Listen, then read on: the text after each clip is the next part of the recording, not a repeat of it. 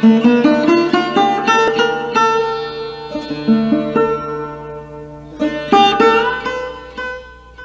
when I first arrived in India, I went to the Himalayas, and I took on the life of a sadhu, wearing sadhu robes.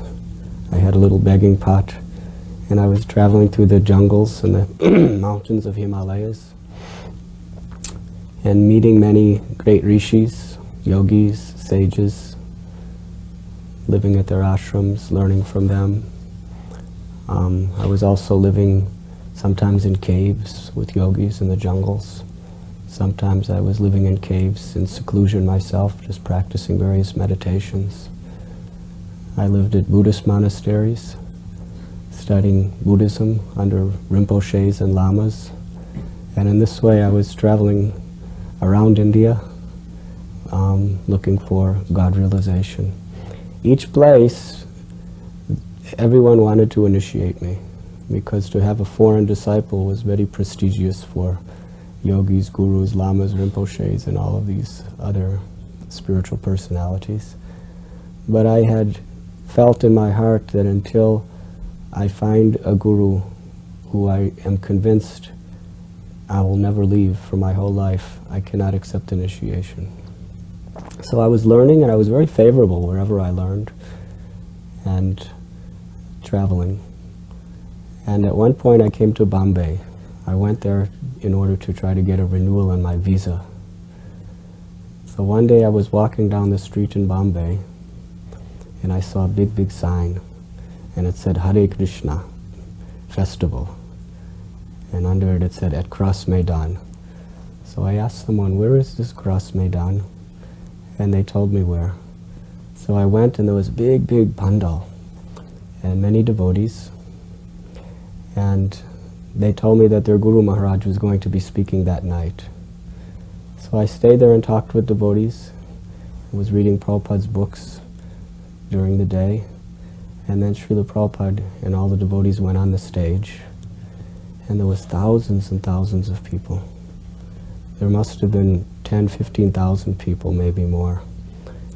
And I was a very insignificant sadhu. I had matted hair, a begging pot, river-stained clothes, and I was way in the back of this massive crowd. And the devotees were chanting on stage, having kirtan, and Prabhupada was in the middle of the stage sitting on a vyasasana. And one devotee, Guru Das, he came all the way through all the crowds, and he came to me, and he took me by the hand, and he said, Srila Prabhupada wants you to sit beside him. I said, how does Srila Prabhupada know me? And Guru Das didn't say anything. He just said, he wants you to sit beside him. So we went through all these thousands and thousands of people, and I came up on the stage, and Srila Prabhupada looked at me, and he smiled, and he went like this, that you sit here. So I came and I sat just a few feet away from his vyasasana. And there was a beautiful kirtan. I remember Madhudvista Swami was leading the kirtan, and all the devotees had clean-shaved heads, beautiful clean dhotis and saris, and I had these river-stained sadhu clothes with holes in them and matted hair down practically to my waist. I was a sadhu, at least trying to be. And I was just thinking, why has he called me here? I'm not a good image for how he appears with all of his devotees. But he smiled upon me very graciously and encouraged me. After the temple was purchased in Watseka, I was transferred from Laguna to Los Angeles. I was living on La Cienega Boulevard. My service was, the first service they gave me was working with Bhavananda to prepare Srila Prabhupada's quarters for him to live in them. So I was painting, and hammering nails and sanding and preparing his room. So I believe the first time he really may have noticed me was when he moved into his apartment, and the crew that had been there working, we were there to greet him. And I never forget that he sat down behind his desk and he pulled out a bag of cookies and he handed each of us a cookie. And we ate the cookie, and then he said, now you must go wash your hands and feet. You must always do this after eating. And shortly after that, there was an incident that I remember fondly. It was one Sunday, the Sunday feast was on La Cienega Boulevard. But after the feast, I came back to work, and at that time I was painting in the ceiling of the temple room. I was working on a scaffold, and I thought I was the only one in the temple, and I was singing Hare Krishna mantra quite loudly and not paying too much attention to anything else, chanting and painting. I happened to glance down, and Srila Prabhupada was standing on the floor, surrounded by the temple president, who's Gargamuni and Karandar, and I think Brahmananda was there. And I was stunned. So I scampered down from this scaffold, and I offered my obeisances to Srila Prabhupada. And I was kneeling on the floor with my hands folded in front of him. And he looked at me and he folded his hands and he said, "Thank you very much." And afterwards, the devotees told me that when they had brought Srila Prabhupada over from the temple, and they told me that when they drove up, they could hear me singing, and Srila Prabhupada had asked them to be quiet, and they listened to my chanting as they walked into the temple, and then they'd been listening as I'd been painting, and they were watching down below. So Srila Prabhupada appreciated the loud chanting. We wanted to start an incense business in Toronto, and Jagadish sent me down to LA to Jayatirtha to learn the incense business from him. And since I knew Prabhupada was going to be in Rath Yatra in San Francisco, just prior to that I asked if I could go a little early so I might be able to see him, because none of us had ever seen him. And so he said, all right. So I went to the Rath Yatra in San Francisco when they had the funeral home, and actually spent a whole day driving around with, who's that famous Rath Yatra devotee that died? Jayananda. We spent a whole day together driving around watching, we were collecting donations and things. So I got to hang out with him during Rath Yatra, for which he is the most famous, you know. And finally the day came when Prabhupada was coming in. We all went to the airport, and there was hundreds of us. And we were waiting anxiously, and the plane was late. And we were in the waiting room just at the doors where the people come off the plane. And it was interesting because there was a kind of a, what do you call it, a divider there. So you couldn't actually see the people walking up the hallway. You could just see them all coming out from either side. And we waited and waited, and I think the plane was 20 minutes late, so it just intensified our anxiety and anticipation. And, you know, many of us hadn't seen Prabhupada, and I was just wondering, you know, what's it going to be like when I finally see him, because I'd seen so many pictures. And the plane landed, and then everything built up. It became more intense, and we were chanting. And then all of a sudden, the first passengers started coming off, and of course they were shocked because they saw all these devotees there. It was like, oh my God, what's going on here? And the devotees that were closest to the divider were the ones that were going to see him first. And finally, after a certain number of people came off, you could just feel a wave as they saw Prabhupada coming, and they got excited, and it built up, and it kind of just like a wave through, and then Prabhupada came around the divider, and as soon as I saw him, tears poured from my eyes. I just flowed like a water faucet. And it was so unbelievable. It was so good. And then I just paid my obeisances, and I just cried. And I was just so happy. It was wonderful. And then he gave his lecture. And after the lecture, he started to walk to the stairs going down from the stage. And as he walked by me, I went to touch his feet. Because traditionally, as I was taught, you're supposed to touch a holy man's feet and place the dust upon your head. So when I reached out to touch his feet, one of his very senior disciples chastised me. He yelled at me. He said, "No one is allowed to touch Srila Prabhupada's feet." So being very embarrassed, I pulled my hand back. And Prabhupada looked at me, and he smiled. And then he gave me the first instruction he ever gave me in my life. He said, "You can touch my feet." So I reached and touched his lotus feet and placed the dust on my head. And then he smiled very mercifully and told me, "You come and sit here every night." In those days, he would come on Monday evenings to La Cienega Temple and give a lecture. And we would be always waiting outside all the devotees would line the sidewalks. And when he drove up, we'd all bow down, and Srila Prabhupada would walk down the line of devotees. Sometimes he'd pat a devotee on the head, and sometimes he wouldn't. And you were always trying to understand whether he was accepting your service or not. And it seems that if he patted you, you felt that I'm not worthy, he's just giving me some encouragement. And if he wouldn't, you felt the same thing. There was another incident. Once we moved into the new temple on Watseka Avenue, and Srila Prabhupada was giving Sri Upanishad classes every day. And one incident, which is pretty famous, is that he asked after the class one day, he asked, "Is everyone chanting 16 rounds?" And I was pretty naive, and I raised my hand. I said, "Srila Prabhupada, I'm not chanting 16 rounds." And Srila Prabhupada looked at me. "Oh, why? Why you're not chanting 16 rounds?"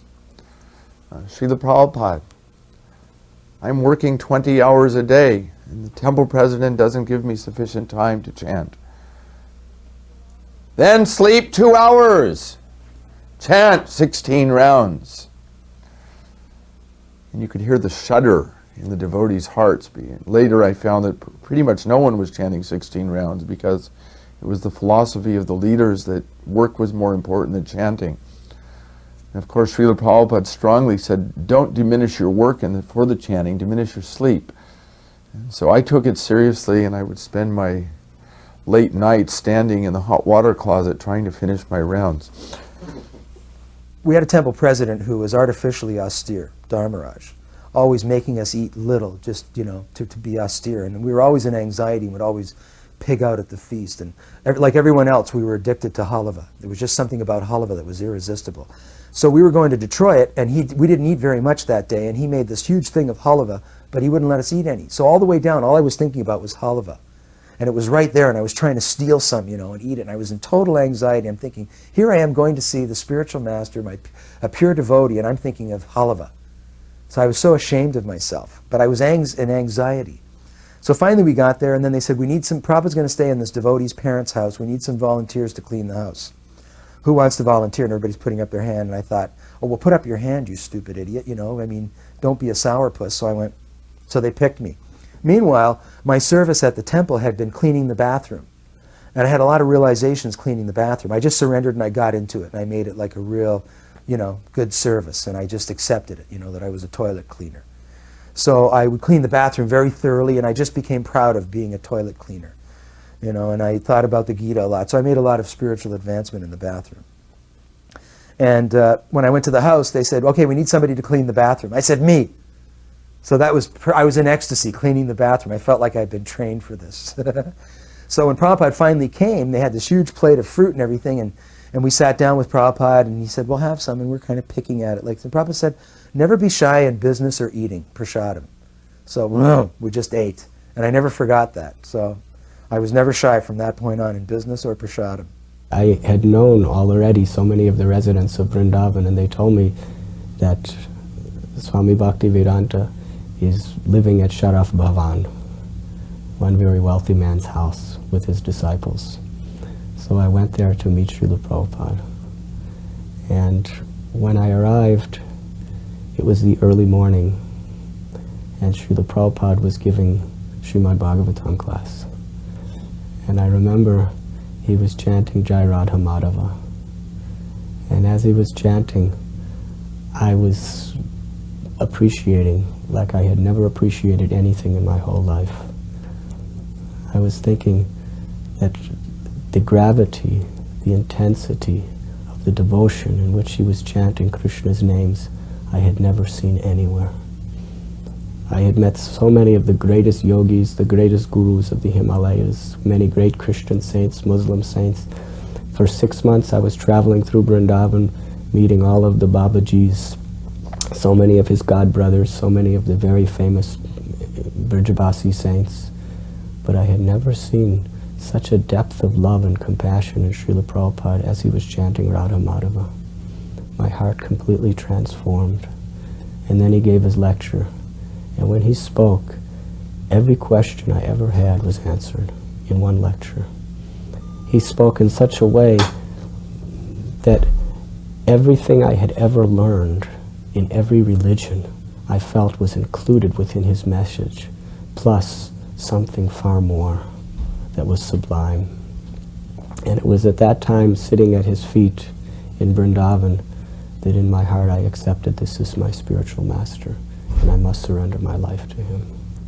I distinctly remember my initiation, of course, because it was something you dream of and pray for and wait for innumerable lifetimes. But in particular, when Srila Prabhupada was there, and he said, "Bill Prabhu, come forward." He said, "Your name is Bhakta Dasa." Handed me my beads. And he said, "This name means that you are the servant of the devotees. The more you think of yourself as a servant, the more you will advance in spiritual life. The more you think you're becoming a master, the faster you will go to hell." So in that one sentence, he pretty much summarized the essence of Krishna consciousness philosophy. And over the years, I meditate on it over and over and over again, and have attempted to serve the devotees from whatever means I can, and I've found that it is, without any doubt, the mercy of the devotees that helps one to advance in spiritual life, much more than the mercy of Krishna. You know, our philosophy is that we get the mercy of Krishna is to get our guru, and the mercy of the guru, or the mercy of the devotees, is to get Krishna. And we oftentimes, of course, in the neophyte stage, Kanishta level of devotees, we worship the deity and we neglect the devotees. Or we give respect to the, quote, big devotees, swamis, gurus, but we neglect the ordinary devotees. And in this way, you know, I know I'm guilty of every variety of offense, but you know, I keep hearing these words of Srila Prabhupada again and again, echoing in my mind, become the servant of the devotees. And I finally concluded that the highest service is to serve the newest devotee, the youngest devotee, because he's taken the bold step to try to leave the material world. And if you help him, then you're really helping the Krishna consciousness movement. Because the people that are already mature in devotional service, of course, don't need so much help. Normally, probably in about 90% of the time, Prabhupada would give a name that had the first letter of your Western name. So I thought, being Ron, my name would be Ram or something like that. But instead, Prabhupada gave me the name Uttamasloka. And he said to me, "Your name is Uttamasloka, Krishna who is praised with transcendental songs." I had been a musician, and I had enjoyed some local notoriety, and wanted in the beginning to use my musical abilities to serve Krishna, writing songs and whatnot. And I always wanted to do something like that. And when Prabhupada gave me that name and said, "Krishna who is praised with transcendental songs," I just was in ecstasy. I thought it was wonderful, So, I thought that was very special. And then again, I got Gayatri at the same time, so Prabhupada spoke it into my ear personally. So that was also auspicious. And then Srila Prabhupada every day would take us on parikrama to many of the holy places. He took us to Govardhan and Badarsana and Nandagaon. He took us to the various places in Vrindavan, Radha Damodar Temple, Radha Govindaji Temple. And I remember especially one day he took us to Mahavan, Gokul, and he took us to Brahmandagat. And Brahmandagat is the place where Krishna was accused of eating dirt, and then he opened his mouth and Mother Yashoda saw the universe. I remember Srila Prabhupada so animately telling that story right at the place. He was telling the stories wherever he would take us. And then he told us to take bath in the Jamuna. So all the devotees were inviting Prabhupada to also take bath in Jamuna. But Srila Prabhupada said, "Today I am very sick and I cannot take baths, but you all go and enjoy a nice bath in Jamuna." So all the devotees were in Jamuna and he was on the steps, quite high over the river.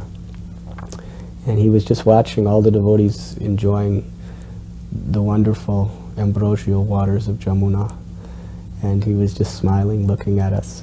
And he became so ecstatic just to see all the devotees bathing, that he very quickly got up and took off his clothes and put on gamsha and came down to take bath with us in Jamuna. And devotees were very ecstatic, very happy. Everyone was gathered around him, and devotees were even bathing him like an abhishek with Jamuna water. And Srila Prabhupada was just very happy to be bathing in the Jamuna along with his disciples in the holy land of Vrindavan. Once I was in San Diego and I became temple president, and I started having to write to him once a month and give each temple president was supposed to write every month and give Srila Prabhupada a report on the activities of the particular center. I started writing my first letter, I believe, in January of 1971. I was so nervous, I agonized over every word, every comma, wanting to try and make it perfect. It probably took me weeks to write the letter. And Srila Prabhupada wrote back and he said, "It appears Krishna has his blessings on you.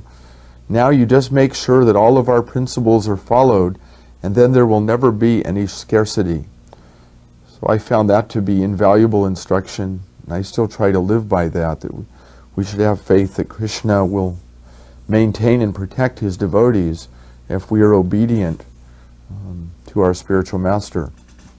I had found a building in Toronto, a big church on Avenue Road, which is a very, very good location, and a huge building, wonderful building, and perfect. And this Christian group was moving out to a new place, and it was for sale for $500,000. And all the realtors kept telling us about this place, so there was all this attention focused on it, and it was the best place we had found in years of looking. So I went to Prabhupada and I told him, about the building, and they introduced Prabhupada. This is the temple president from Toronto, Uttamasloka. Prabhupada, we found this building. It's amazing. It's this huge church. The temple room is like 40 feet high ceilings. There's space for brahmachari quarters. I described everything to him, and he said, "Sounds great. How much do they want?" And I said, "Well, they want $500,000." And we had never paid that much for a building. And he said, "That's a lot of money. What's the use of buying anxiety? All you're thinking about is collecting money. We don't need to purchase anxiety. That's not our business. Our business is, to remember Krishna, and that's all." So, it's a good location? I said, "Oh yes, Prabhupada. Good condition? Oh, beautiful, Prabhupada. It's on this main road. Everybody drives." But what's the use of purchasing anxiety? It's, we don't need that. It's not, we don't want to purchase anxiety. I said, "Yeah, okay." Big temple room? Yes, Prabhupada. Nice temple room. Wonderful. Maybe you could come to Toronto and see it. Maybe we'll come, Okay. Now, I can't remember if he asked to see me again. I don't think he asked to see me again. Maybe once more, but I can't remember. So anyway, he finally came to Toronto about 3 weeks later, after Philadelphia. He wasn't going to come, then he was, then he wasn't. Meantime, I took over Chicago, but because I was still in Toronto, I got to host him with Vishwakarma. So we picked him up at the airport and drove home in the car, and he said, "Can we go see the building?" And I said, "Sure." We arranged to go see it, and they'd already moved out. So we drove him over to the building, and we took him on a tour, and there was one of the Christian guys left there. And we're looking around, and I'm telling him, and here's the temple room, and here's the prasadam room, and this, and we'll do this here and that there, and I got it all worked out, and yada, yada, yada. And then we're walking by this table, and they've got some leftover books, and one of them says, "What does God look like?" Prabhupada looks at it, and he picks it up, and he said, "Ask him if we can buy this." I said, "Can we buy this book?" He said, "You can have it." I said, "Okay." So we get in the car, and Prabhupada says, "Read something to me. Read the book." So I started reading the book, and it was just going nowhere. He said, "They don't know what God looks like. It's just a bluff."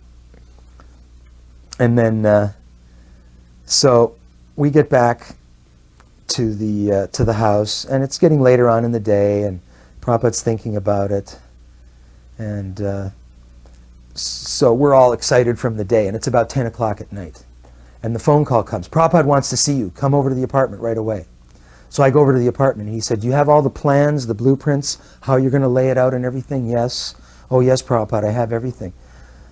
He goes, "I think this would be an ideal temple." I said, "Yes, Prabhupada, it would be, wonderful." And then he says, he said, how much do they want? I said, 500,000. He goes, well, why don't we go there and you ask if they'll take $300,000. How much do you have? I said, well, we have about 40,000. He said, can you get another 60? I said, well, we can try. And he said, Brahmananda, how much do we have in the BBT? He said, well, we have 200 and something. He goes, give them 200,000. He goes, Prabhupada, we've never given that much at all to anybody. He goes, that's okay, give it to them. And see if they'll take 300,000 cash. And tell them we'll worship Lord Jesus next to Lord Krishna on the altar. So we'll preserve the Christian element, so to speak. And he said, so do you think they'll do that? I said, well, we can only try. And I said, but he said, can you handle the payments on 300,000? I said, well, Prabhupada, that's an awful lot of money. I said, we don't want to purchase anxiety. He goes, no, there must be anxiety. Otherwise, we'll simply be sitting around eating prasadam and getting fat. There must be anxiety. He just slammed his fist on the table. I was like, okay. Completely reversed what he said. Well, we don't want to purchase anxiety. There must be anxiety. Everybody was shocked. Everybody was shocked.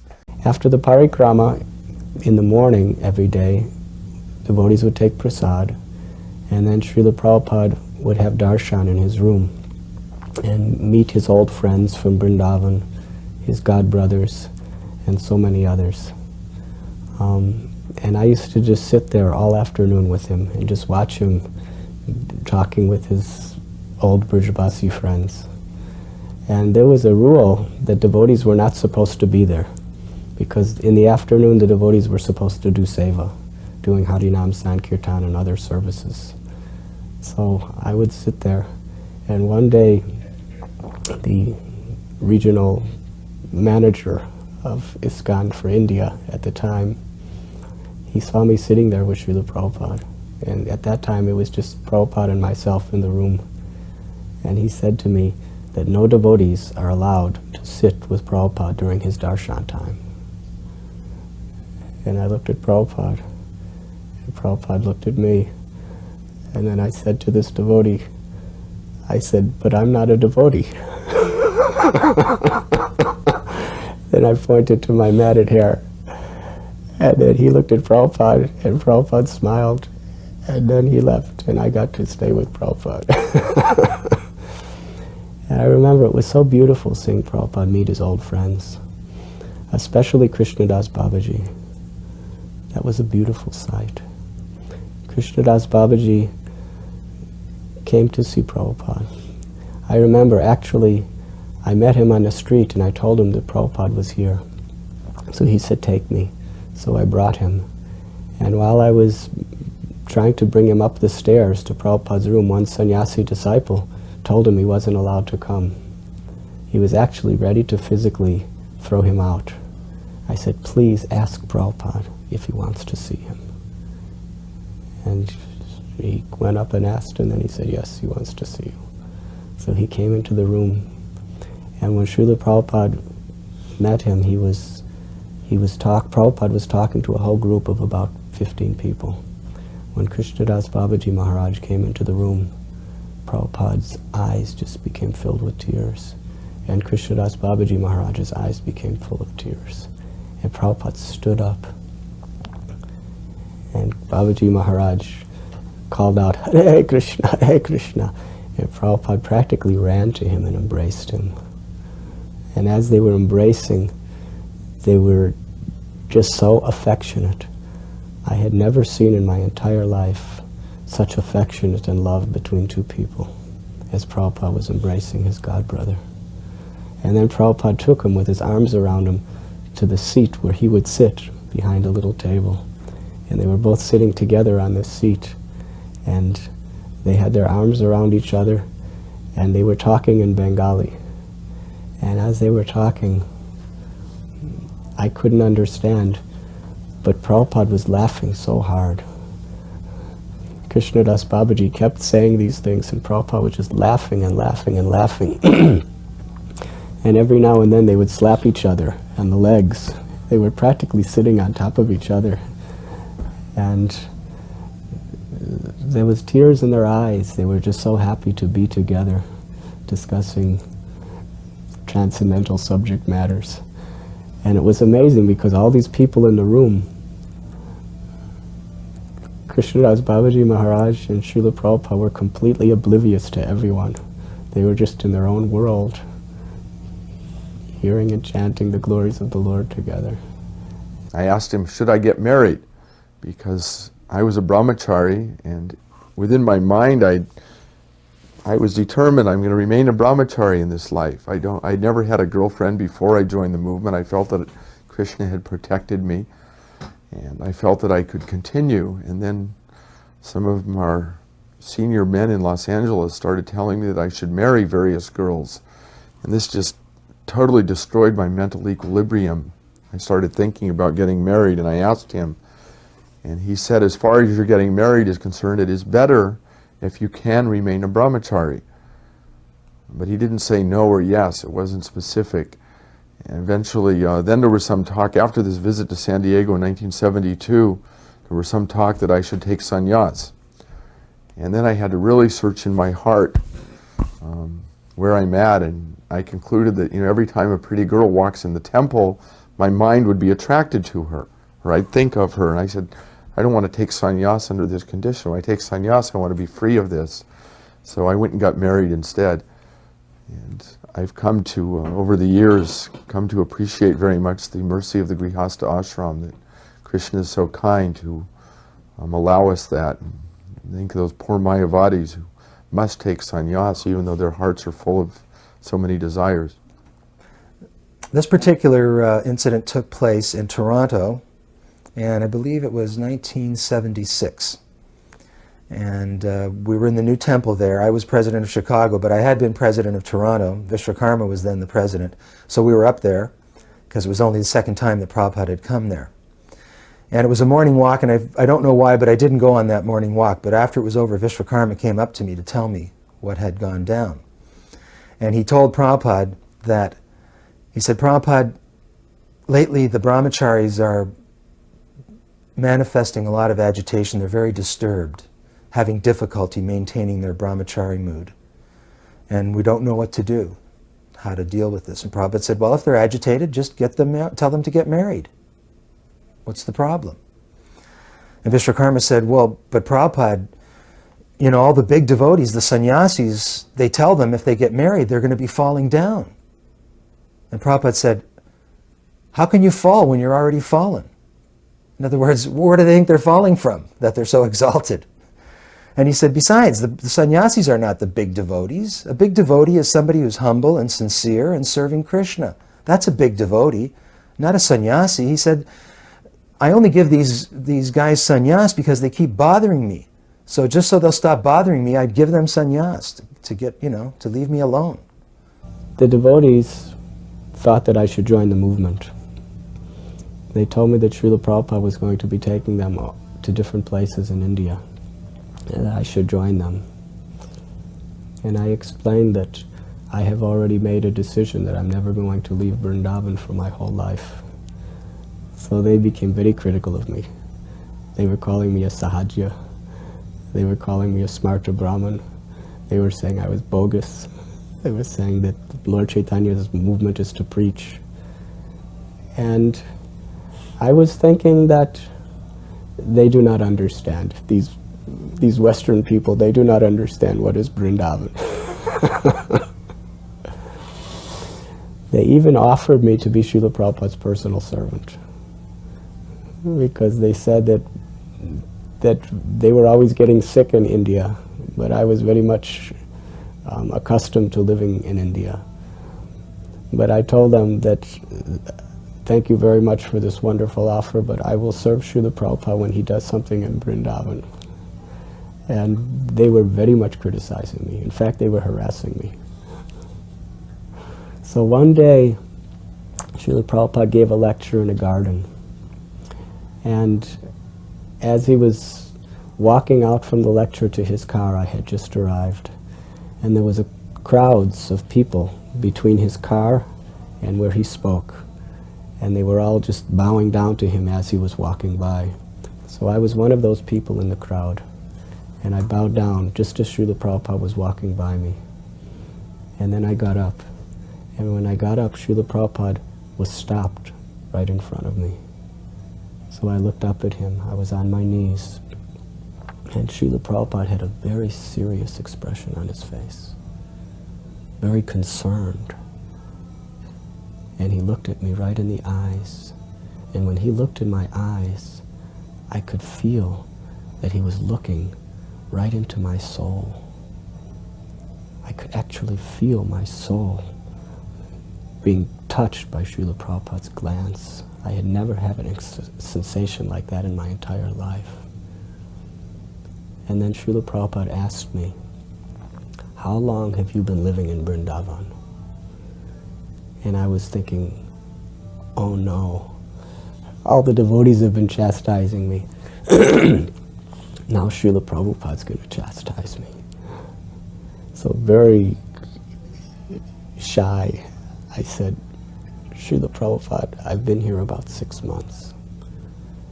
And Prabhupada just stood silently, just looking at me, penetrating me with his glance. It seemed like hours. Perhaps it was about 30 seconds. And then his face blossomed into the most beautiful, ecstatic smile. And he said to me, "Very nice. Vrindavan is the most wonderful place." And then he rubbed me on the head and he walked by. And I was thinking at that time that everyone was chastising me for being in Vrindavan. But Prabhupada knew just what I had to hear to become attached to him. At that time I knew I was wrong, and I was ready to go anywhere and do anything for him, because I felt such a love, such an understanding, such a depth of he was willing to say whatever was required to encourage me to become more attached to him and more attached to devotional service. One letter he wrote me, this is actually rather interesting, it was in middle of 1972, and at that time there was no plain clothes Sankirtan. Everything was straight out, saris, dhotis, tilak, here we're from Hare Krishna, please read a book about Krishna. But he wrote me a letter and he said, "Make sure that you sell books by preaching, not by cheating." So I was really taken aback by this. I said, well, what does he mean when he says cheating? What are we doing? Then I wrote and asked him, "Srila Prabhupada, you mentioned sell books by preaching, not by cheating. What exactly do you mean?" His reply was that if you act in consciousness that Krishna is the supreme proprietor, he is the only enjoyer, and he is the dearmost friend of all living beings, then you are never cheating. But if you act in any other consciousness, you are always cheating. So he didn't specifically address, the fact, oh, you're lying or something on Sankirtan to collect money to give out a book. But, the way I took it is Krishna is within us. And when we're on Sankirtan, we should be trying to please the super soul within us, who's within all the people we're selling the books to. Prabhupada said, he asked me if we were distributing the books. "You're distributing the books? Is that going well?" I said, "Yes, Prabhupada. We're distributing a lot of books." And I gave him the figures and they were impressive. And he said, "You're distributing the books, but are you reading them too?" I said, "Oh yes, Prabhupada. Every day we have 4 classes." And then he smiled at me like this big smile. It was almost like a surprise. And he said, "Oh, thank you very much." And I just was washed with an incredible feeling of satisfaction that I had, pleased him. And it was true, because we would have Nectar of Devotion one day and then Nectar of Instruction the other day. We'd alternate and then do Bhagavatam. And then at night we'd have Krishna book, Chaitanya Charitamrita, and Bhagavad Gita. And I told him that, and he was very, very happy. And I just remember this big smile coming over his face. And he said, "And the devotees, they're coming?" And I said, "Well, not really. Maybe every 6 months a few people join." He said, "That's all right. Manushanam sahasreshu kaschid yatati siddhaye." Said, out of thousands among men, maybe one is interested. And out of thousands of those, maybe one becomes a devotee. So that's all right. Don't worry about it. One day he was giving Srimad Bhagavatam class. And I remember he was saying that you are all distributing my books. But my question is, are you reading my books? He said, if you go up to someone and try to convince them to buy the books, What happens if that person asks you, do you read these books? What is it about? And you tell him, I don't read these books, I only sell these books. He said, how will you convince them?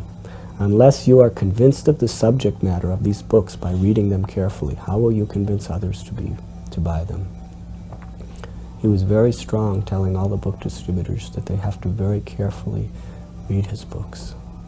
At one time I had the idea, let's try and sell the books through the bookstores. And I went and had a advertisement produced for radio for the Krishna book, and invested some Lakshmi in radio advertising, and placed the Krishna books in all the bookstores in San Diego County. And I wrote to Srila Prabhupada about that, and he wrote back, this is very nice, please let me know if this is successful, because if it's successful, we're prepared to spend millions and millions of dollars to advertise our books. And of course, I didn't have enough finances to do it the way it should have been done.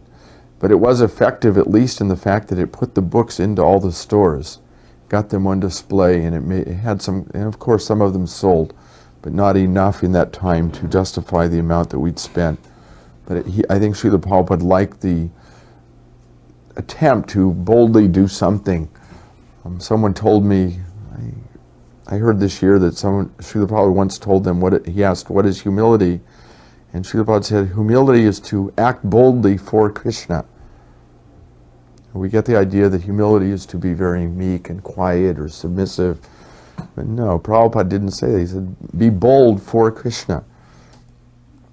After Srila Prabhupada left, it was announced that in August he would be coming to New Vrindavan for a special Bhagavad Dharma discourse, where he would be speaking on a mountain and discussing Srimad Bhagavatam. And also he was going to celebrate Janmashtami and Vyas Puja in New Vrindavan. So they were recruiting people to help to prepare. So I was thinking that I will go to New Vrindavan to help prepare for Srila Prabhupada's arrival, then I will go back to Vrindavan, India. So I went to New Vrindavan. And there was great, great enthusiasm to prepare everything for Prabhupada's coming. There was a house called Madhuban, and it was an old, beaten-up house, and they wanted to renovate it. So I was helping with the painting and renovations. The day before Srila Prabhupada was coming, actually it was at night, he was coming the next morning, they discovered that the toilet didn't work. So everyone wanted to take rest, and I was told to fix the toilet. I had never fixed a toilet in my life. I was just pushing things in the toilet, and I don't know what I was doing, but I was just doing anything to try to get it to flush, because it wouldn't flush. Finally, I was up all night. Just when Srila Prabhupada was arriving, I pushed the lever and it flushed. And I was thinking, Prabhupada's going to be so happy. He has a toilet that will flush. So then Srila Prabhupada came to the Madhuban house. And he went in, and I was just feeling so proud that I have made his toilet so it flushes.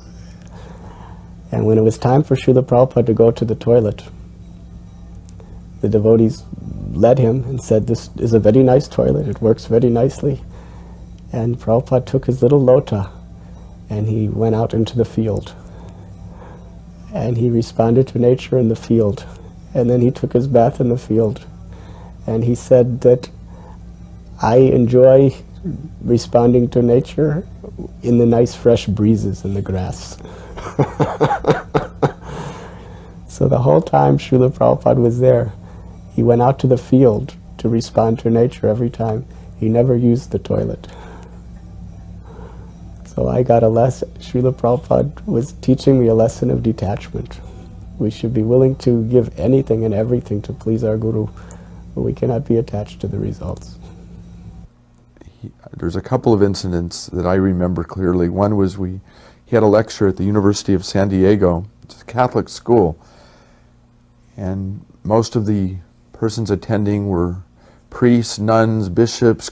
I think there was a cardinal there, all the lay teachers of the Catholic Diocese of Southern California. There was a big crowd. My father also came.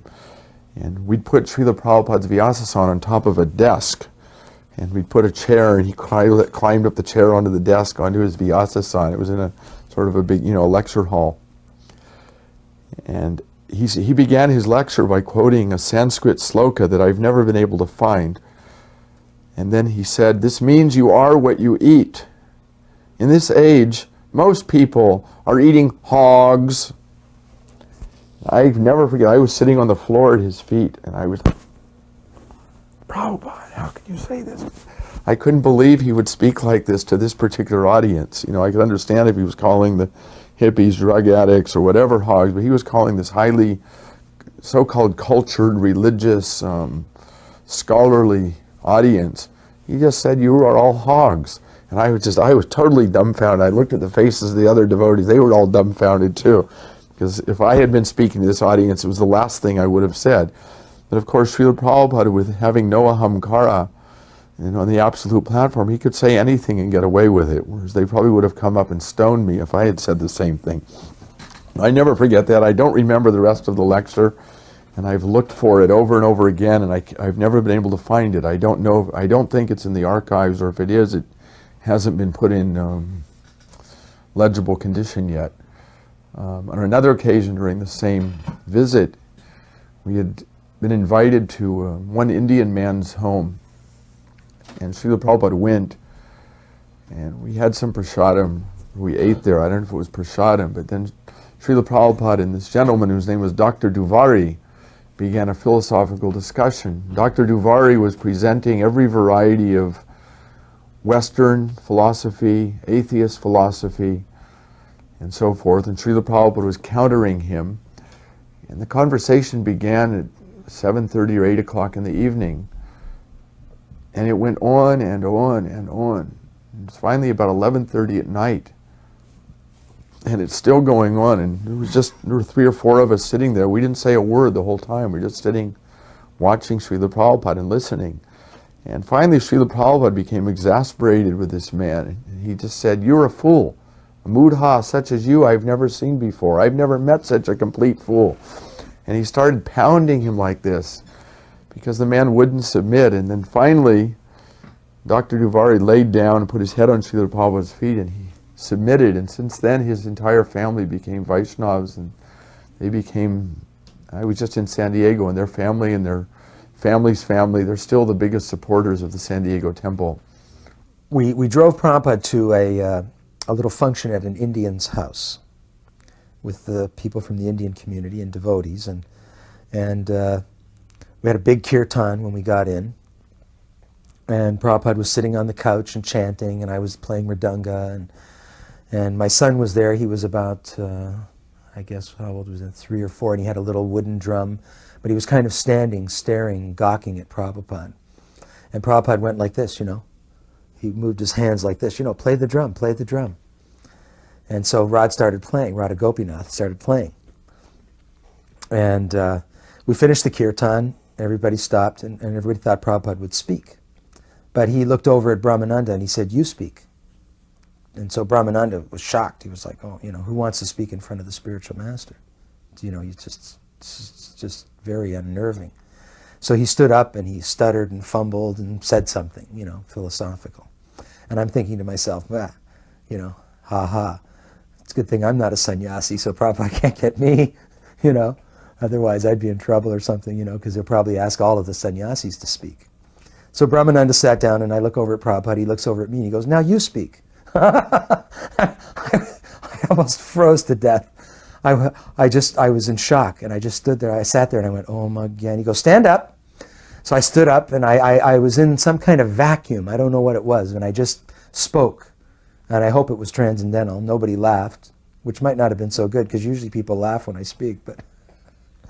But anyway, that was very shocking. So later on, we were having prasadam, and I said, "Prabhupada, do you mind if we chant bhajans while you eat?" He said, "No, not at all." I said, "Prabhupada, do you have any favorite melodies for Hare Krishna?" He said, "Oh, yes." I said, "Which one?" He said, "All of them." Srila Prabhupada every day was being brought on a palanquin to the top of a mountain where there was a beautiful pavilion that was made just for Srila Prabhupada's discourses. Devotees worked very hard to make it for Prabhupada, and there was a wonderful stage and wonderful Vyasasan. And hundreds of devotees and guests came from all over America for this Bhagavad Dharma discourse. The first day he was brought up on a palanquin. The devotees spent weeks making this palanquin for Prabhupada. When it was time for him to get up, they couldn't find the palanquin. Finally, Prabhupada was just waiting and waiting and waiting, and then they found the palanquin, and they brought him up. And afterward, Prabhupada, devotees worked so hard, and they had a whole procession of kirtan up this mountain, and it was so uncomfortable for him. So when he got to the top, he said, "Isn't there a car that can drive me up here?" So every day after that, they would drive him up by, Hayagriva would drive him with a Volkswagen.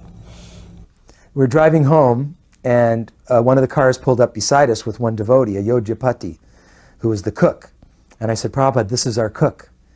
And I said, every day, every morning, we have rice, dal, chapatis, and really nice sabji, basmati rice. I described the whole, dinner to him. And I said, we eat one main meal a day, and then just in the evening, we have a little snack, because that's the most practical.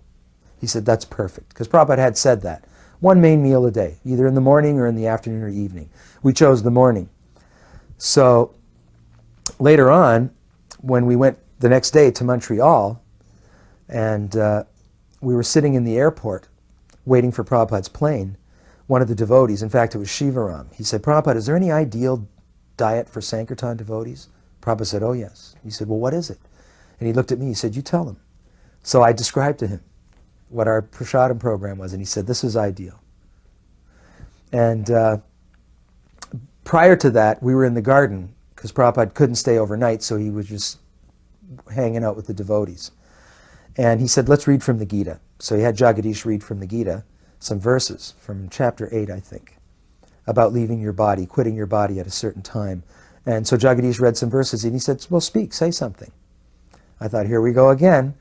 And so Jagadish spoke, and he said, "Now you read and you speak." And he gave me the book, and he made me read and speak again. So I had a chance to speak in front of Prabhupada again. And after that, then Prabhupada left.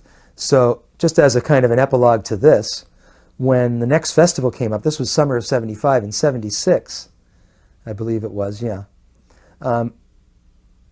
We were at the festival, and took a few days for all the devotees to gather together, and then Prabhupada made his grand entrance from the second floor to the whole crowd, because everybody was there. And chanting and kirtan going on, and everybody looking at Prabhupada, waiting for some little small glance or, some acknowledgement, anything, just anything, even just in their direction. And Prabhupada was walking through the devotees down the stairs, and down the pathway, and I was way down the end of the pathway, right at the walkway. And Prabhupada was walking down, and he looked at me, and he smiled, and he kept looking at me, and he kept smiling, and then he walked right over to me, and he stopped. Everybody was shocked, and he said, "So, everything's going all right in Toronto and Chicago?" I said, "Yes, Prabhupada, everything's going wonderful." "Good, that's good." And then he looked at Amarendra, and he said, "And is everything going good in Detroit?" He said, "Oh, Prabhupada, I'm Amarendra, I'm not Govardhan." He goes, "Oh, okay, I'm sorry." In 1970, this was during the preparations for the Rath Yatra, and I was working in Berkeley.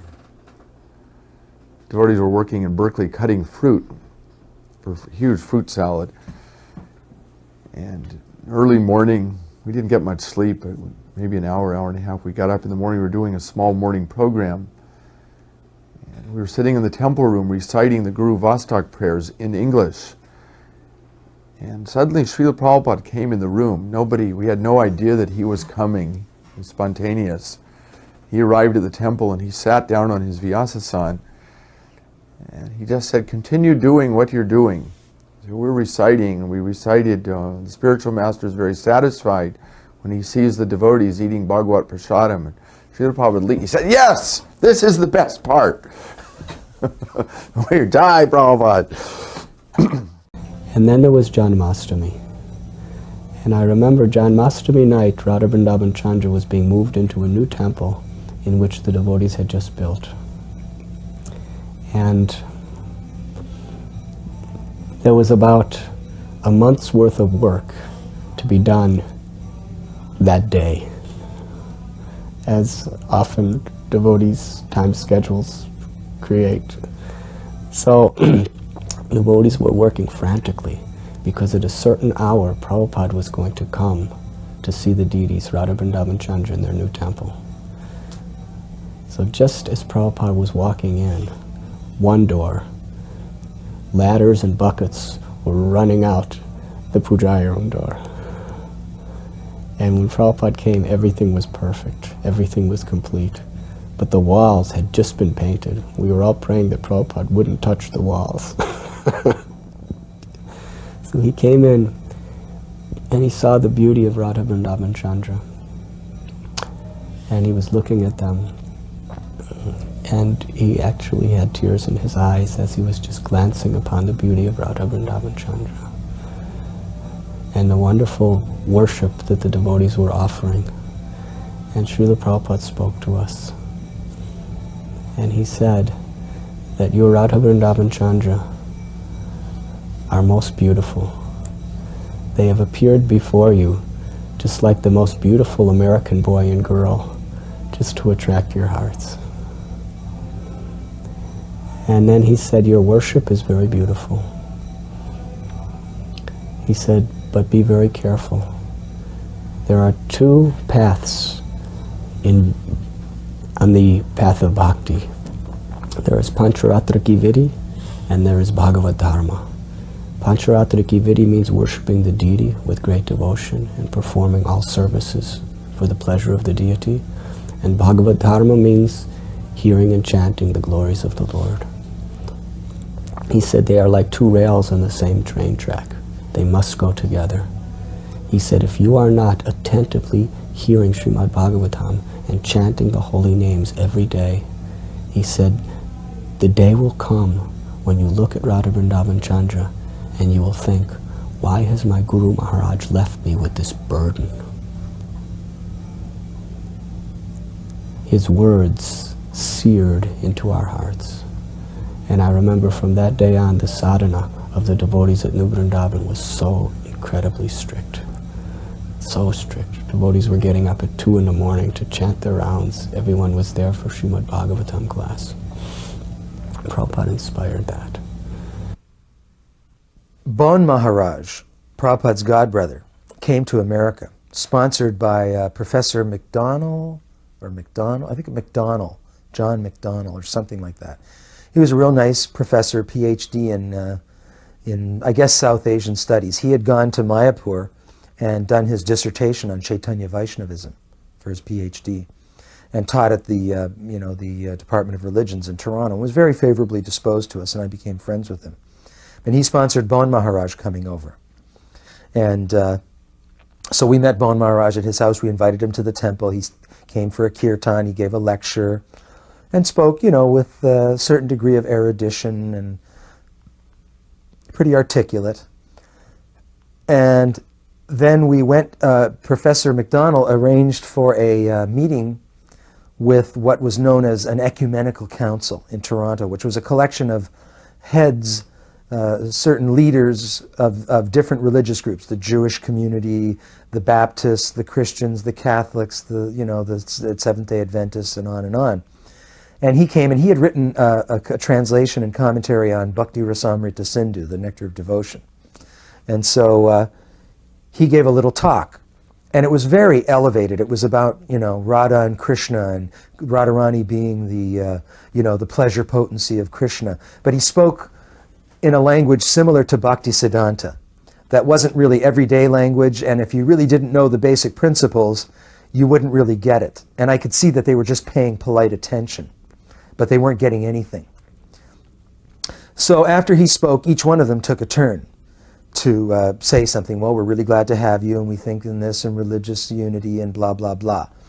And, just saying all this useless things, just kind of trying to be nice. But they all went around the room, and then it came to me, and I could see they didn't really want me to speak, but of course, That was their problem, you know. So I said, well, you know, it's interesting to me. We're gathered here today, representatives of different spiritual groups in the community. And we've heard, you know, Bon Maharaj from India speak about God.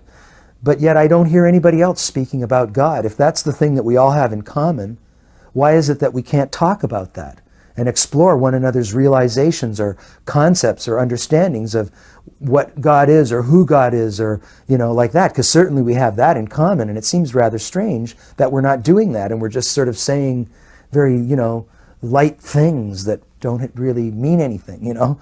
I can't remember what I said, but I know I agitated everybody. And so they all sort of took a turn shooting me down and speaking without looking at me and talking about fanaticism and this and that and the other thing. So I guess I did something right, because I really aggravated them and put them on the spot. So what happened was, in Toronto, when Prabhupada looked at the building, one of the other things that he talked to me about was he heard about this. And there was some morning walks that I heard about that he asked questions because people told him what I did. And so he talked to me. He said, well, what did Bon Maharaj say? So I told him to the best of my remembrance. And one of the things that Bon Maharaj said after I spoke was something to the effect that Lord Chaitanya never really preached. He just kind of chanted and, you know, loved God and, you know, didn't really preach any philosophy. And I can't remember exactly, but something to that effect.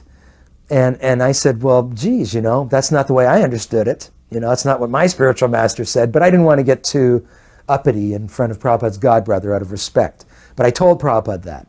And then Prabhupada started saying all sorts of things to shoot down the things that he had said. He said, no, Lord Chaitanya never said that. He did this, he did that. And I can't remember the details.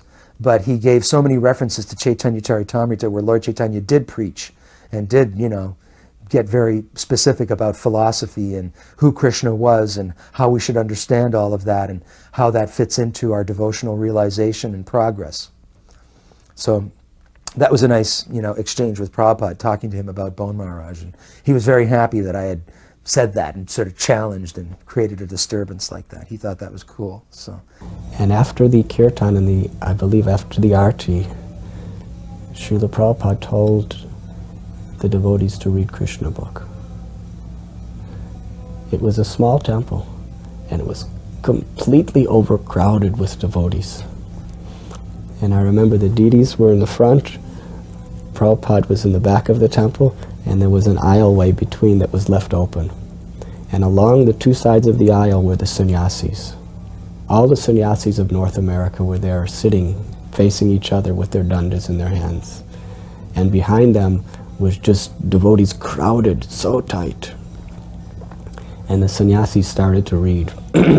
By this time it was very late at night, and it was very hot, and you could hardly breathe in that temple.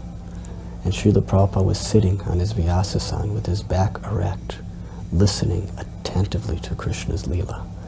And everyone in the temple room was so exhausted, we were falling asleep. Literally, people were falling down and being caught by each other. And I'll never forget the sight, because I was new within ISKCON at this time, that the sannyasis were all sitting, and they all kept falling asleep. And they were holding their dandas, and you would just see their dandas going like this. Dandas were going like this and up. Nobody could stay awake in the whole temple room. But Prabhupada was sitting with his back straight, attentively hearing the glories of Lord Krishna. And when the first chapter was ended, the devotee read, "Thus ends the first chapter of Krishna book, entitled, I think, The Advent of Lord Krishna." And everyone, when they heard that the chapter ended, they were so happy, they chanted, "Jai Srila Prabhupada!" Not because of the book, but because it was over. And Srila Prabhupada sat with complete gravity and said, "Next chapter." And then they started reading the next chapter. And the devotees, the sannyasis were falling asleep, the devotees, everyone was just struggling and straining. Plus we fasted all day. Besides being tired, we were very hungry. It was way after midnight by this time. And the second chapter, I think it's the prayers of the demigods in the womb. It was a long, long chapter. And it seemed like hours and hours. And then the devotee read, "Thus ends the second chapter of Krishna book, entitled The Prayers by the Demigods to Krishna in the Womb." And everyone was so happy that it was over, thinking in terms of prasad and sleep. They chanted, "Jai Prabhupada!" And Prabhupada was sitting next chapter. He started reading the next chapter.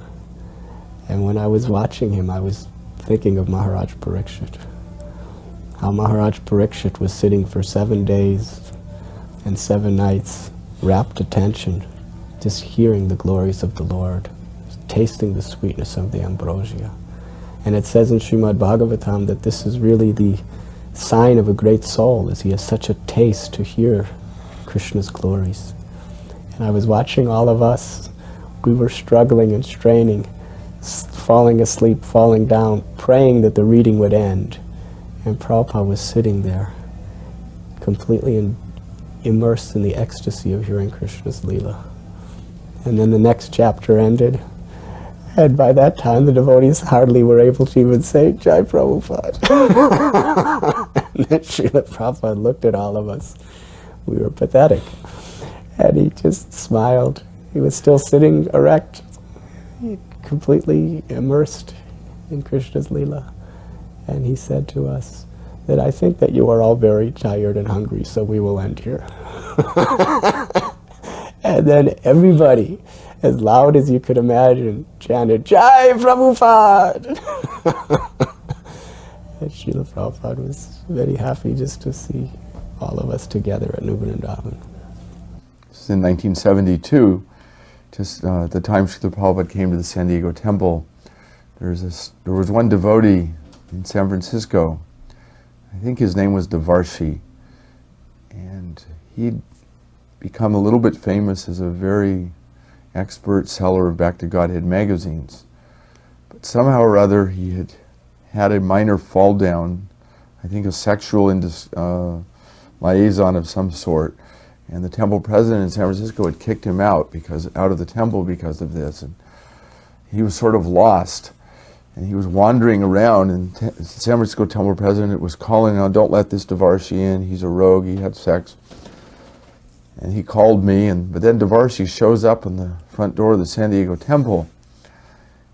And I had a hard time keeping anyone out. Srila Prabhupada was there.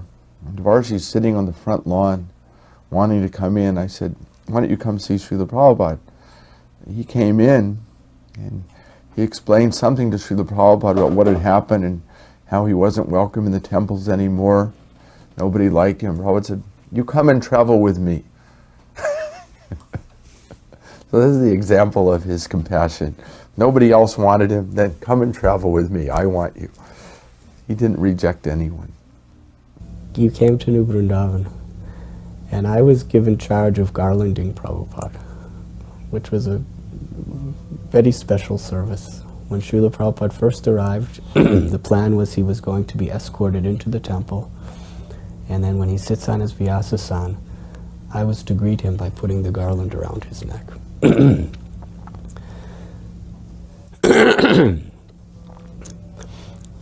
So because of that, I got to be right there when Prabhupada came out of his car. It was a Lincoln Continental, and I had a tray with Prabhupada's garland on it. And everybody was pushing to be with Prabhupada, but because I had his garland, I was allowed to walk right behind him, immediately almost to the side and behind him. So I walked into the temple, and Srila Prabhupada bowed down before Radha Vrindavan Chandra. And with great, great emotion, he just stared at the deities for about a minute or two. And then he went back and sat on the Vyasasana. And by that time, all the devotees were crowded in the temple room, and the kirtan was going on. And I had the garland, and I approached Srila Prabhupada. And Srila Prabhupada looked at me, and he smiled.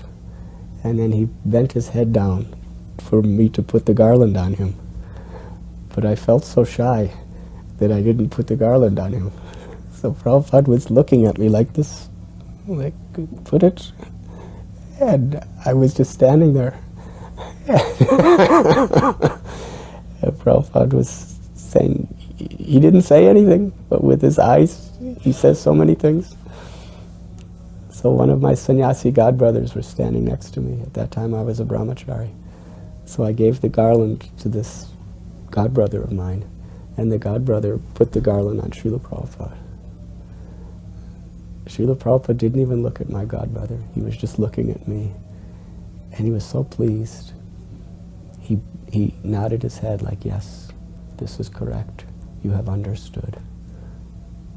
He didn't say anything, but through his gesture and through his eyes, he spoke in such a way that I could understand. He was saying, yes, to be the servant of my servant is the best way to please me. And that was one of the most wonderful instructions Srila Prabhupada ever gave me. And I'm, with my life and soul, endeavoring to try to follow that instruction.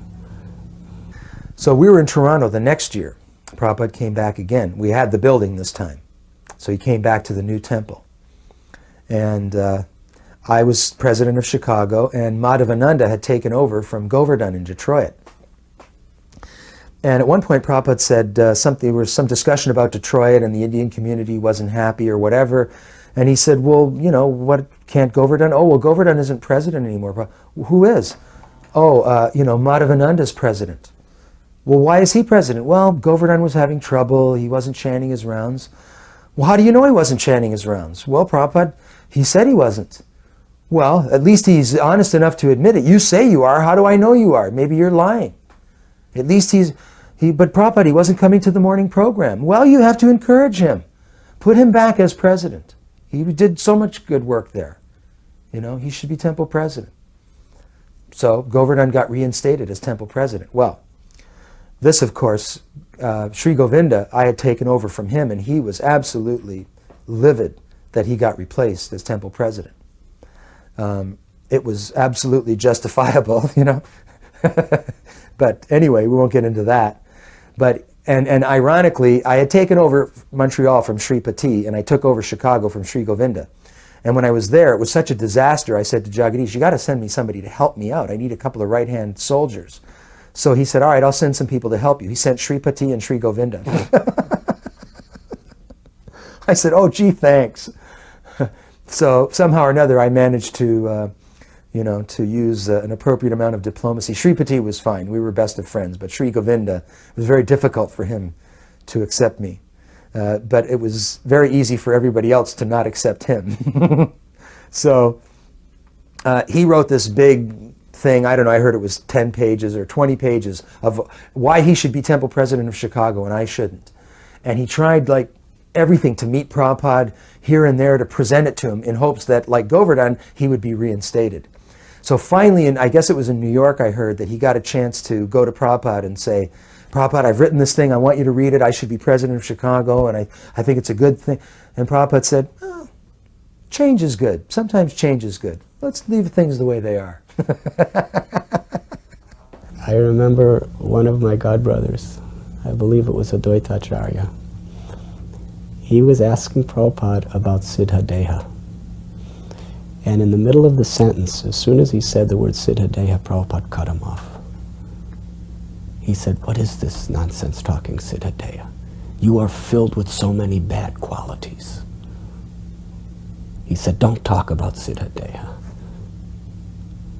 And he explained, first you purify yourself through chanting Harinam. First you purify yourself by following the regulative principles. First you purify yourself by practicing the basic principles of Krishna consciousness. Until you're purified, don't talk about Siddha Deha. He was very strong, like a lion. Another devotee was talking about what if after taking initiation you fall down. Srila Prabhupada, again like a lion, he said, what is this fall down? There is no question of fall down. You have taken a vow in front of your spiritual master, in front of the deities, in front of the sacred fire, in front of the assembly of Vaishnavas. You have made your promise. How can you break your promise? No gentleman will break such a promise. There is no question of falling down. another devotee named Janardhan, he asked Srila Prabhupada that sometimes people say that I don't need a guru because Krishna speaks to me within my heart. God speaks to me within the heart. What do we say to such a person? Prabhupada became very grave and very, very much heavy. He said, "You don't know how to answer this question?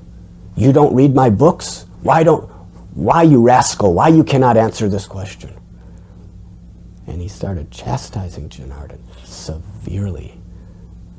And then he explained the answer, that Krishna says in Bhagavad Gita, Tesham satata yuktanam bhajatam priti puravakam dadami buddhi yogam tam yena mam upayantate. That only one who worships Krishna with complete devotion and does not fall down in any circumstance, only to such a person does Krishna speak within, constantly serving me with love. He said, why don't you answer this? Why you don't know this verse? And he just went on and on and on, chastising Janardhan. And he was so heavy that everybody was like paralyzed. They just couldn't cope with Prabhupada's anger. And one devotee named Kula Shekhar, he asked Prabhupada a simple question to try to change the subject. And after he asked the question, Prabhupada just went back to Janardhan and continued to chastise him. He said, "You are a rascal." He said, you have simply come to give me disturbance." In this way, Srila Prabhupada really seriously stressed to all of us how we should learn his books and be able to preach according to his books. That he had given so much of his life and his energy to write these books for us. That he speaks through his books. We don't have to ask him all these things personally. That was the lesson that I believe he was trying to teach us on that day. Of course, during that time, we would walk with Srila Prabhupada, not often, because there was a number of devotees wanting to walk with him, but once every 10 days or once every 2 weeks, you'd get to go on the morning walk. And I don't have great recollection of the conversations. I remember that at one time he was indicating that the day will come when the Krishna consciousness movement will be so powerful that if someone doesn't chant, we will shoot them. Sometimes people don't like it when I say that story, but I remember it very, very distinctly, that Srila Prabhupada was fully confident that Krishna consciousness would be established as the Dharma of the age, and that it would spread throughout the whole world, would become the universal religion, and it was simply a matter of time. Of course, he never indicated how much time that would be. We always, the Christians have been saying Jesus is going to come again every year for the last 2,000 years, so I think we're also thinking that, in the next 10 years the world's going to end, and by magic Krishna consciousness is going to spread. Whether that's true or not, we don't know, but we can be confident and assured that this is the Yuga Dharma and it will spread, and we should take part in it. I remember Prabhupada saying once, I think Satsvarup asked him, how can we accelerate our advancement in Krishna consciousness? A morning walk in Mayapur. Prabhupada said, just think that I'm going to die in 1 minute. If you knew you were going to die in a minute, how accelerated would your consciousness be focused on Krishna? So if you think like that, I could die in a minute, that kind of mindset will give you the kind of intensity of focus that you need. Every day, I lived in the old Vrindavan farm, which was on the other side of the mountain, and I had to go all the way every evening to see Srila Prabhupada. I had to climb down, because I was Pujari, I had to climb down a mountain, across a small river, and then climb up a mountain, and then come to Prabhupada. Every day, as I was climbing up, there was a rose bush, and one beautiful, fully blossomed rose would be there every day. It was like a miracle. And I would pick that rose, and I would always bring it. And when I would come, when Srila Prabhupada would sit on his Vyasasana, I would offer that rose at his lotus feet. And oftentimes when he would be lecturing, he would pick up that rose and just hold it in his hand. And I remember one day he was holding that rose I offered him, and he was smelling it, and he was looking at it, and he gave an example. He said, just like this rose is a flower, he had a garland of marigolds. He said, these are also flowers. He says, but still this is a rose. Although they are both flowers, still the rose is the best of flowers. And he said, similarly, we are all simultaneously one and different than Krishna. Although we are one with Krishna, still Krishna is Krishna. Krishna is the rose. He gives this example of Achintya Bheda Bheda Shakti, Achintya Bheda Bheda Tattva. We had organized a festival in Balboa Park in the Starlight Opera Theater. I think it was on July 1st, 1970. We tried to advertise and promote it, but unfortunately not a lot of people came. But still there was a reasonable crowd. And Srila Prabhupada was sitting on the stage on his Vyasa-san, and he started to lecture about Lord Chaitanya. And as his lecture began, some drunk hippie in the audience started screaming, "We want sex! We love sex! Sex! Sex! We want sex!" And Srila Prabhupada leaned over, he said, "What is he saying?" I said, "Srila Prabhupada, he says he wants sex." So Srila Prabhupada stopped his lecture, and he changed and he spoke about sex and the real purpose of sex and spiritual sex and so forth. And that was quite amazing. That lecture is recorded, it is in the archives, and you can hear that. One time I asked him, I said, Prabhupada, if somebody's having trouble, you know, with sex desire or whatever, what should you do? He said, chant Hare Krishna more. You know, that's all. Another time, I remember during those evening darshans, I was feeling a little guilty because I had lost my counting beads. And I was chanting my 16 rounds. And in New Vrindavan in those days, it was not easy to get counting beads or anything. So I was chanting my 16 rounds, but on that particular day, the only day I can ever remember in my life at that point, that I wasn't sure whether I finished my rounds or not. So as I was sitting just a few feet from Srila Prabhupada's Vyasa-san, the thought came to my mind that I'm not sure whether I finished my rounds today. Just when I thought that, Srila Prabhupada looked right at me. He just stared at me very sincerely. Because during the darshan, when he wasn't talking to people, he'd be chanting japa. He looked at me and he held up his bead bag and he took one of his counting beads and very meticulously and slowly and deliberately he pulled it down like this and then went like, and he was looking at me right at that time, and I was thinking, Srila Prabhupada wants me to get counting beads. Srila Prabhupada wants to make absolutely sure that there can be no compromise, that we properly chant our 16 rounds every day. I remember Prabhupada saying in L.A. before I was initiated, he was referring to the verse in the Gita, Rasoham Mapsukonteya, I am the taste in water. And he said, you know, even a wino or a drunk man, if he drinks his wine and he thinks that Krishna's the taste in that, you know, he can make some advancement by that consciousness. That consciousness will be purifying to him. Not the drinking of the wine, of course, but if he has that consciousness, that will be something progressive, and he can, you know, he should think like that even. One evening, devotees assembled for the night darshan, and it was very cold and it was raining that night.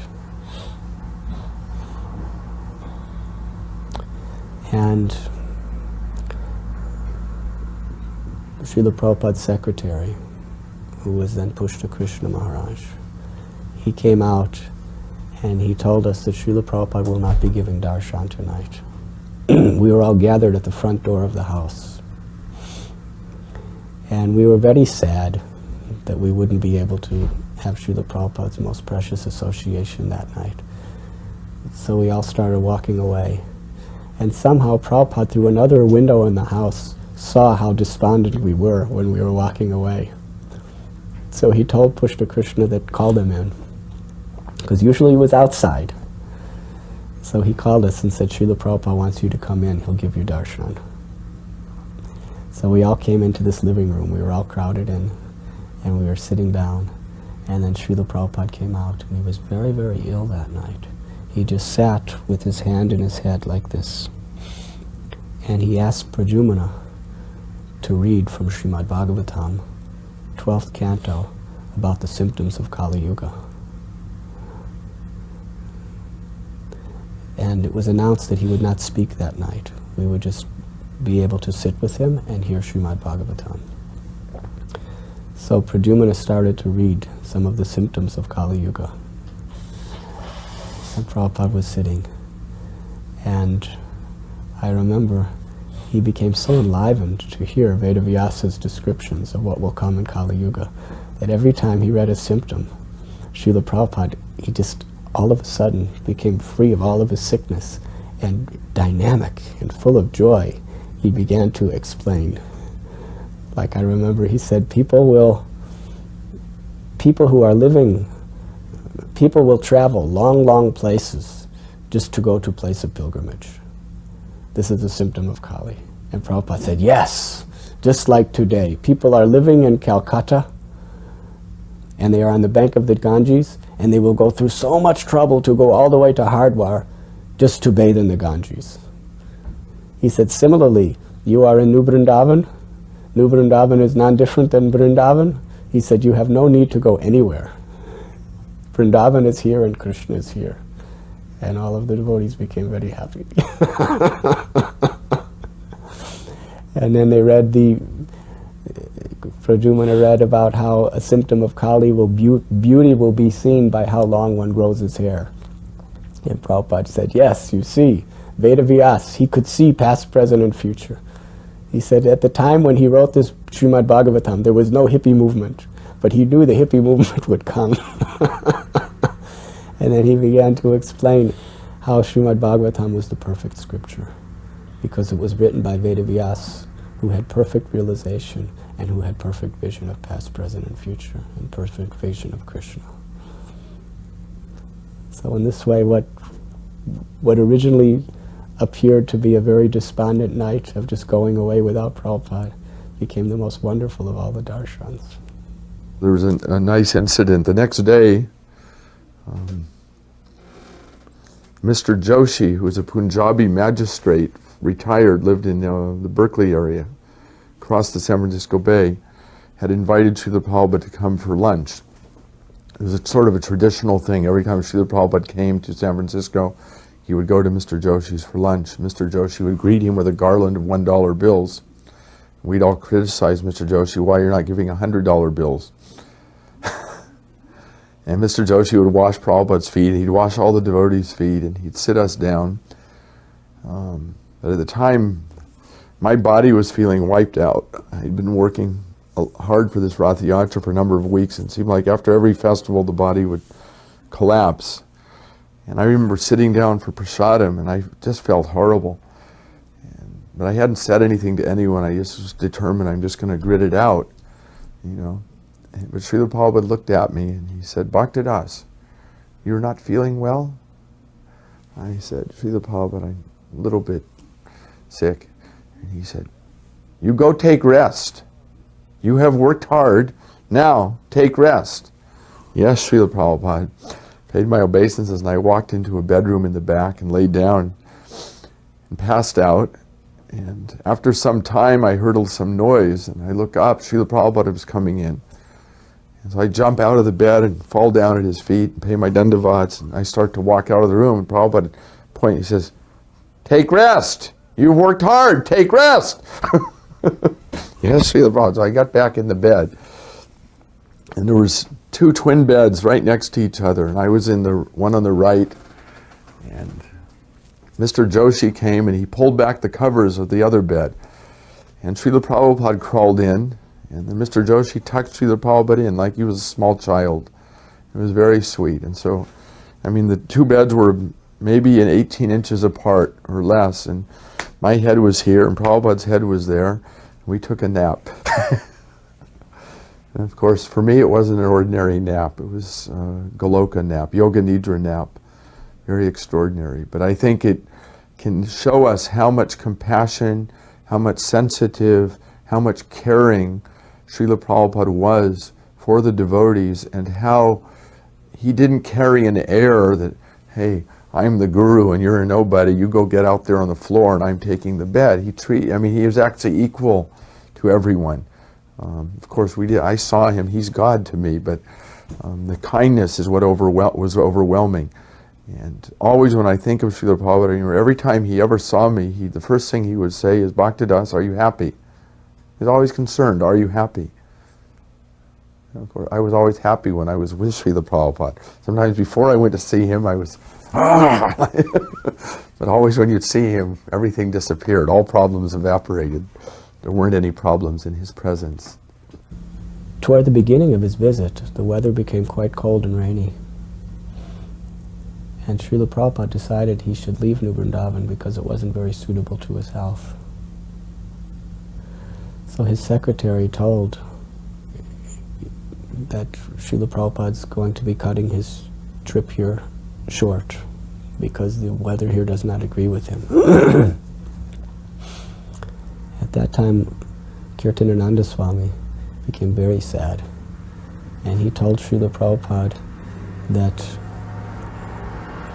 if this place is not suitable for you to live happily, then we will just leave this place and sell it and start New Vrindavan somewhere else. And I'll never forget Srila Prabhupada's reply. He said, no. He said, because you are protecting Krishna's cows here, your mission is perfect. It is a success. And then he said, I will stay until the end of my scheduled visit. I guarded Prabhupada's room in Portland, Oregon. He was there for a few days. And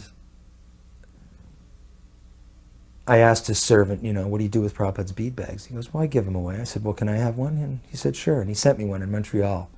And I still have that bead bag, and I kept the beads that Prabhupada chanted on at my initiation. They're in there, and they're on my little Prabhupada altar. But during that Portland stay, we went to some kind of a New Age meeting where Prabhupada spoke. And when he was speaking, there was a lady in the audience who had a little child, and the child was crying. And Prabhupada said, could you please take the child out? And the lady said, oh, is the child disturbing you? Prabhupada said, no, the child's not disturbing me, it's disturbing you and everyone else. One night, when it was cold and raining, he was having a small darshan in his own little private bedroom or recording room where he would do his translations. And only about 15 devotees could fit. Now, I had a picture. I was the pujari of the Brahmachari's temple. It was Radha Vrindavanath's temple. And Srila Prabhupada was very merciful to me. I used to make sandesh every day. And Srila Prabhupada, whenever anyone from New Vrindavan would go to visit Prabhupada, they would always bring him a box of sandesh I made. And he, out of his great kindness, he always showed appreciation. And when he came to New Vrindavan, he told me that he wanted me to make sandesh for him for every meal, 3 times a day. So on this one particular night, I came with a picture of the deities from the Brahmachari ashram, Radha Vrindavanath, because Kirtanananda Swami decided that Srila Prabhupada should not go there because the road was too treacherous and because the ashram was so primitive and there was no modern anything there. He thought it would be an inconvenience for Prabhupada. So I was thinking as pujari, if he's not going to come to see the deities, at least the deities could come to see him. So I came with a photo. And Pushta Krishna was not allowing anyone in his room, but I said, I have a gift for Prabhupada. So he said, all right, you come in.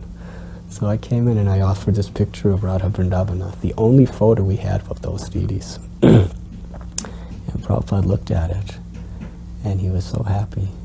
As he looked at it, he asked Kirtanananda Swami, is this Radha Vrindavan Chandra? He said, no, this is Radha Vrindavanath.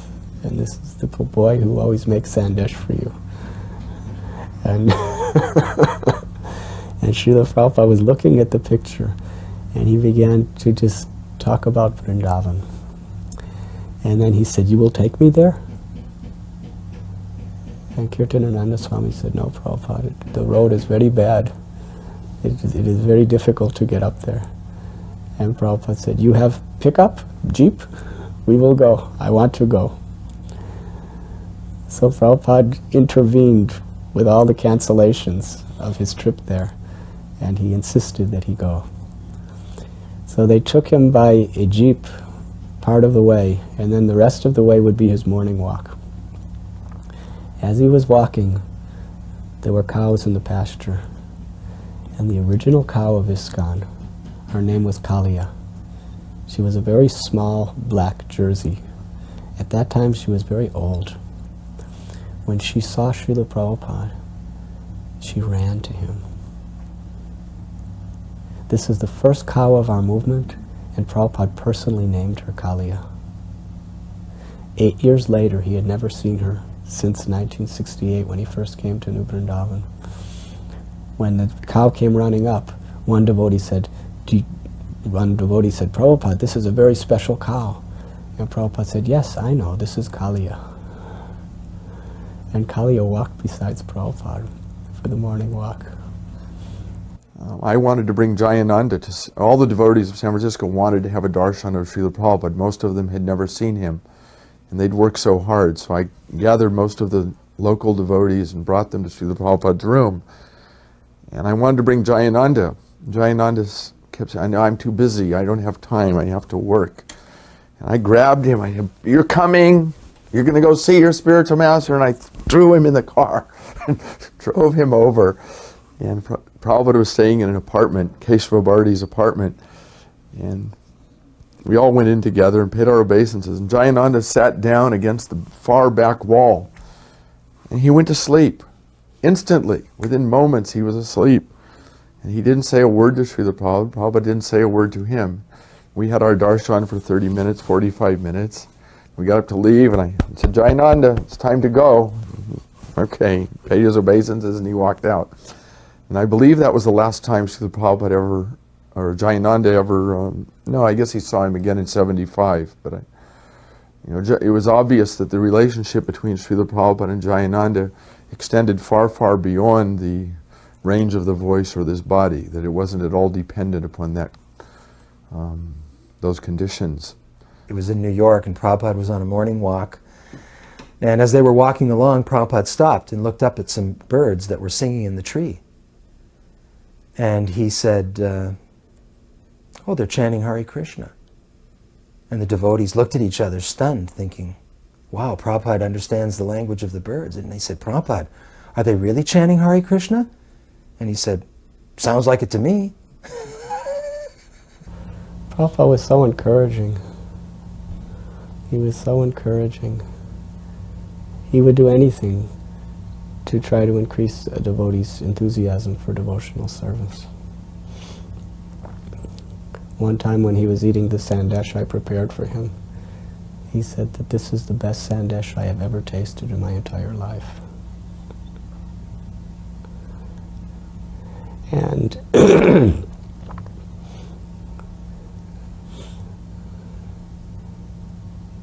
somebody from some other place brought him sandesh, another occasion, and he ate it.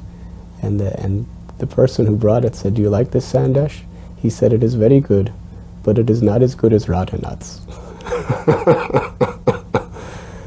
So in this way he would say whatever it took to enliven us and invoke a desire to serve him and serve Krishna. Another time, one devotee named Taru made sweet rice, and Prabhupada tasted the sweet rice at New Vrindavan, and he said that I have not tasted sweet rice so good in 40 years.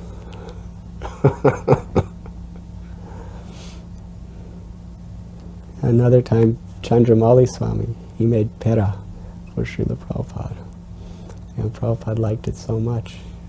He said he has not tasted better like this for so many years. He said, please give this to me with all my meals. Another letter that wasn't to me, but that he wrote to Ramaswar at the end of one Christmas marathon. Ramaswar had written and given him these scores, which were quite enormous. I think it was in 73 or 74. And Srila Prabhupada wrote that it's very nice you've sold so many books. Congratulations, I'm very pleased. But the final sentence he said, but the highest realization is to save yourself. And when I read that, it was like a sledgehammer in my heart, because we're walking, I mean, at least we're probably, most of us are walking around thinking we're saved and we're saving others. But why is he telling us the highest thing is to save yourself? I felt that we'd become like the Christians, thinking I'm saved by the blood of Jesus and these people are all heathens and we're going to save them. We become puffed up very easily and intoxicated by ourselves. So, you know, that letter, those words have always stayed with me. And when Srila Prabhupada would give cookies to the children during Guru Puja, it was a wonderful thing, because I was thinking that this is a real preacher. The children couldn't understand philosophy. They weren't able to follow the Srimad Bhagavatam class. But Srila Prabhupada knew if they just became attached to him, they would go back to Godhead. So with a beautiful, loving smile, like a father, he would give each child a cookie, and the children just loved Prabhupada. Everything he did was to induce our love for him, because he knew that our love for him was being carried to the lotus feet of Radha and Krishna. Regarding the question of the origin of the jiva soul, Srila Prabhupada was constantly being asked, where did we come from?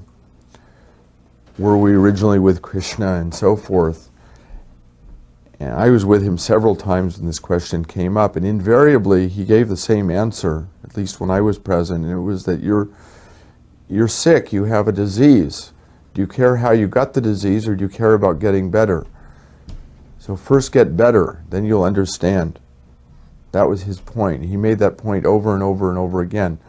So now there's so much discussion, and people are studying different scriptures, trying to say, well, we were originally with Krishna, or we came from the Brahma Jyoti, we've never been with Krishna. What is the point of speculating about it? Why not get healthy? To me, the discussion is a waste of time. And that's how Srila Prabhupada always dealt with it with us. Just get yourself healthy.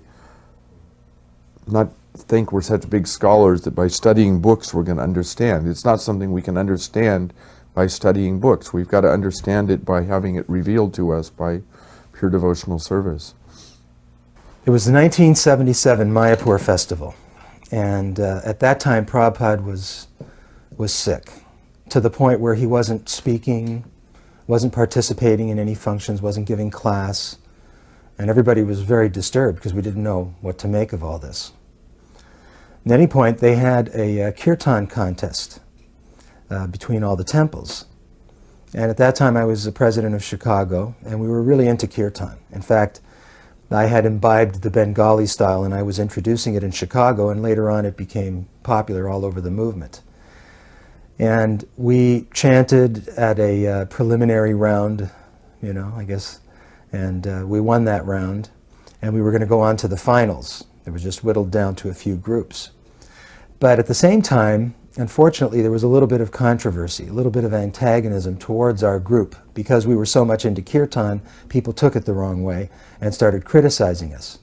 And I told the men in my group to just ignore it, because that wasn't the mood that we were in, and we didn't have to put up with that.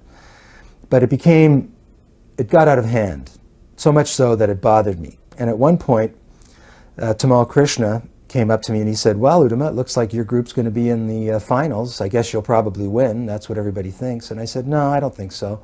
And he said, why not? I said, because I'm leaving. I'm not even going to chant. He said, well, why not? I said, because nobody here is into the right mood. They're making it into a political thing. They're trying to agitate all my men, and they're saying that we're into it for, you know, non-devotional reasons, which is completely wrong. So as a protest, I'm leaving because nobody appreciates it. And he said, that's not true. Prabhupada appreciates it. And I said, well, how do you know? He said, well, because when you were chanting at the first kirtan, we were up in the room with Prabhupada. And we were just sitting there. We had been sitting with him all day, in fact, for days. And he was just sitting there. He wasn't looking at us. He didn't say a word. He didn't move. His head was down on his knee most of the time. And he was virtually motionless, not responding or anything. And your kirtan group came on and you were chanting. And then we looked and I noticed that Prabhupada was tapping his hand in time with the kirtan. He was tapping on his leg or something like that. And then at one point the kirtan reached a crescendo. And the women responded, as they do in Bengal, with that kind of yodeling thing. And it just built up. And Prabhupada looked up and he said something like, just see, this is ecstasy. And he said, and we were all just taken aback because Prabhupada hadn't said anything. But at that point he said that. He said, so Prabhupada appreciated your kirtan. And I said, okay, I'll stay. The depths of Srila Prabhupada's compassion was something that invoked a mood of surrender from my heart. How much he was willing to extend himself and sacrifice of himself to give us Krishna consciousness. He was so learned that whatever he spoke was just purely presenting the absolute truth in toto.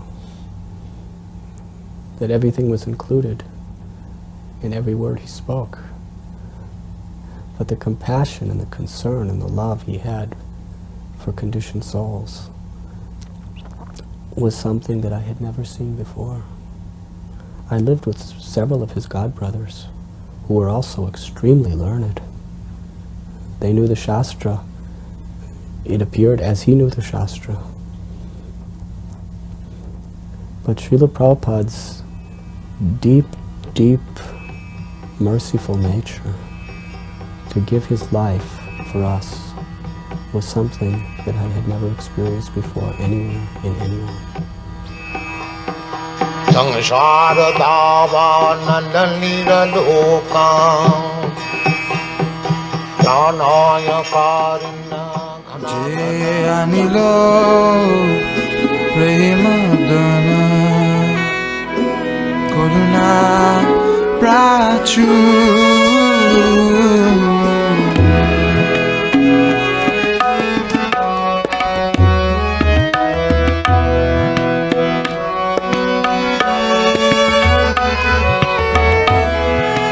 Jayanilo Premadana Karuna Prachu